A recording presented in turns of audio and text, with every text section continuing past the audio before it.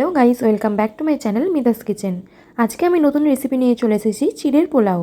এইভাবে বানালে চিড়ে একদম ঝরঝরে থাকবে আর খেতেও কিন্তু খুব টেস্টি হবে।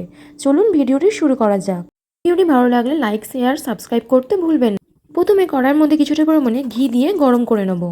চিড়ের পোলাও ঘি দিয়ে তৈরি করলে টেস্ট কিন্তু এর দ্বিগুণ বেড়ে যায়।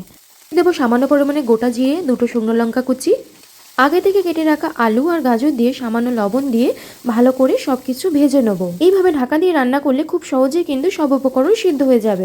কিছু পরিমাণে বিনস, কড়াইশুঁটি, টমেটো কুচি দিয়ে ভালো করে নেড়েচেড়ে সবকিছু ভেজে নেব। এবারে দিয়ে দিচ্ছি পেঁয়াজ কুচি। পেঁয়াজটা দিয়েও ভালো করে নেড়েচেড়ে ভেজে নেওয়ার পর আগে থেকে কুচিয়ে রাখা কাজু কিশমিশ দিয়ে দেবো। এবারে দিয়ে দেবো কিছুটা পরিমাণে চিনি গুঁড়ো, হলুদ গুঁড়ো আর গোলমরিচ গুঁড়ো। আমি এখানে চিনি গুঁড়ো ব্যবহার করেছি, আপনারা চাইলে দানা চিনিও ব্যবহার করতে পারেন। অবশ্যই কিন্তু আপনারা রেসিপিটা বাড়িতে ট্রাই করে দেখবেন এবং কীরকম হয়েছে কিন্তু কমেন্টে জানাবেন। দেখা হবে নতুন একটা ভিডিওর সঙ্গে।